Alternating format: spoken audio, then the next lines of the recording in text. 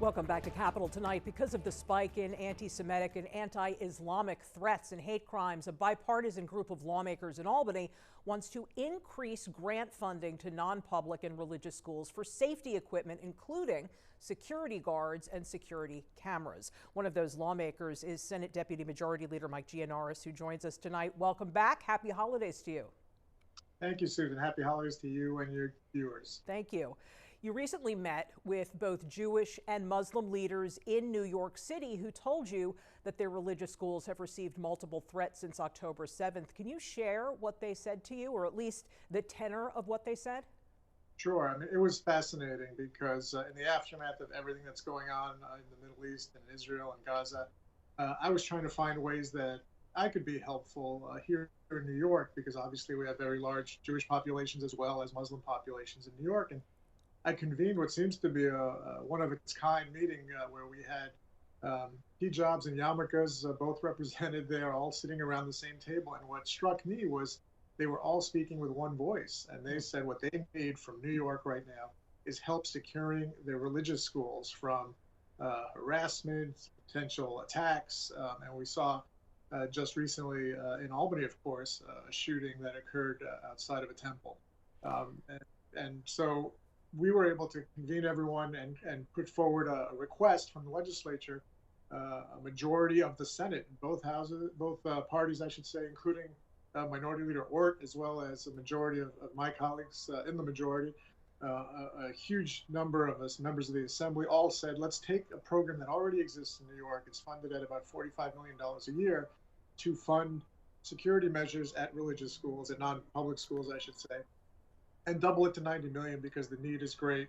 And that's what we're hearing from the affected communities. So hopefully as we roll into next year's budget season, that will become a priority for the governor as well. So have you heard from the governor? Is this something that she's willing to entertain? This is going to be a tight budget year, and she said she's not willing to raise taxes. Well, again, in the context of the hundreds of billions of dollars that are in this budget, 45 million for something that is so sensitive and timely seems like a modest thing that won't break the bank or require an additional tax increase to achieve. More importantly, we are hearing from two communities in New York who are very affected by world events right now, and they are calling for us to do this together. And that to me was striking, made quite an impression, and hopefully we'll be able to respond to that. And this money, this is going to be $90 million. If it is approved and it is in the budget, it'll be $90 million for security for non-public and religious schools. That'll be schools in New York City as well as on Long Island and upstate. It will be statewide as it is now, and that will be used for the schools to take any number of important security hardening measures, whether that be cameras, bulletproof windows, security guards, what have you. There are a number of things that are already approved in this program because it's in existence. Right. We're just calling for the funding to be increased. So as a Democrat, Senator, you have frequently aligned yourself with the more progressive wing of the party, and I was hoping that you could comment on the university president's testimony before Congress last week, in which they failed to condemn calls for the genocide of Jews as explicitly against campus harassment and bullying codes. What did you make of that? Well, it should be a pretty easy and simple thing to condemn calls for genocide, and so obviously it was quite a misstep. One of them has already resigned, and the others are facing a severe backlash. But even as we endeavor to be tolerant within our state, I don't think calls for genocide should be accepted. The governor responded, as you know, by issuing a letter to college presidents across New York State by saying that calls for genocide made on campuses are a violation of the state's human rights law, among other things. Do you agree with what the governor has done there? And is there more that she can do, or the legislature?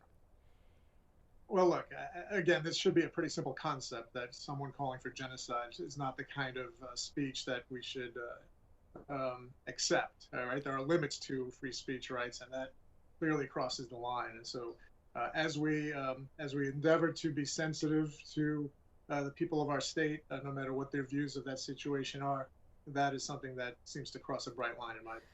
So in the time we have left, I want to return to the budget. Now, Governor Hochul has stated unequivocally that she's not going to raise taxes on the rich to pay for spending. What's your response to that, and how can you tell us how your fellow senators feel about that sort of intransigence? Well, look, we'll figure out the budget needs as we get into the season. First step is agreeing on what the budget hole is. It seems to be um, present, but not unprecedented. I remember years ago when the budget hole was 10 to 15 billion dollars. Nobody's talking about anything that big right now. So it does seem like something we can manage. On the strict call for no higher taxes, obviously I disagree with that.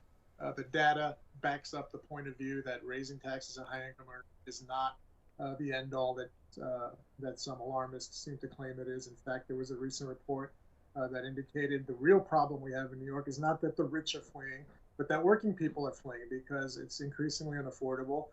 And if we want to provide the services as a state that will keep those people here, we have to increase spending for childcare, increase spending for healthcare, and for education, exactly the things that taxes pay for. So I don't think it's something that should be out of bounds as we try and figure out a way forward for our state. So would you say it's going to be a fight? Too soon to tell. We just had our conference retreat last week where the members were talking about their priorities for the coming year. There were a lot of priorities that require spending. And so as we get into the budget year and the budget discussion with the governor, I'm sure there will be ideas on how to raise revenue. Senate Deputy Majority Leader Mike Gianaris, great to see you, and thank you again. Have a great holiday. Thanks so much, Susan.